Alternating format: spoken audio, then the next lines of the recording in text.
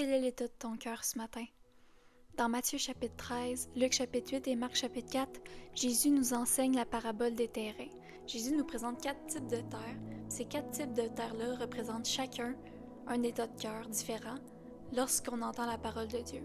Lorsqu'on va dans Matthieu chapitre 13 au verset 19, il est écrit « Lorsqu'un homme entend la parole du royaume et ne la comprend pas, le mauvais vient et enlève ce qui a été semé dans son cœur. Cet homme est celui qui a reçu la semence le long du chemin. » La semence, ça représente la parole de Dieu. Et le long du chemin représente l'état du cœur de la personne qui a entendu. Cet état de cœur-là est bien représenté dans le verset dans Actes chapitre 17 au verset 32.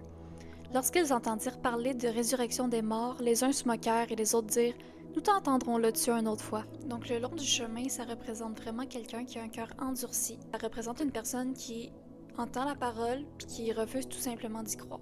Donc la parole n'a pas d'effet parce qu'elle ne peut pas prendre racine dans le cœur de la personne qui refuse de la laisser entrer dans son cœur. Le mauvais étant Satan, puis vu que la semence elle peut pas s'enraciner, ben c'est très facile pour Satan de juste la prendre puis de la jeter.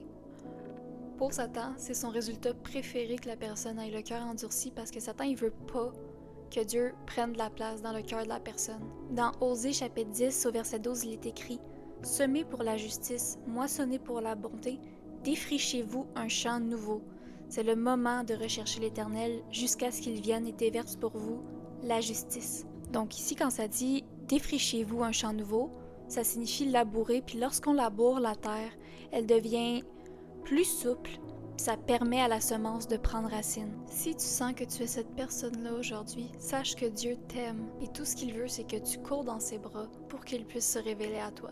Je t'invite à faire cette prière-là. Seigneur, je veux reconnaître que ta parole est vraie. Aide-moi à labourer mon cœur pour que ta parole puisse prendre racine. Seigneur, pardonne-moi. Mon cœur est endurci, mais je veux croire, Père. Je veux croire à l'Évangile, que tu as donné ton Fils unique afin que quiconque croit en lui ne périsse pas, mais ait la vie éternelle. Amen.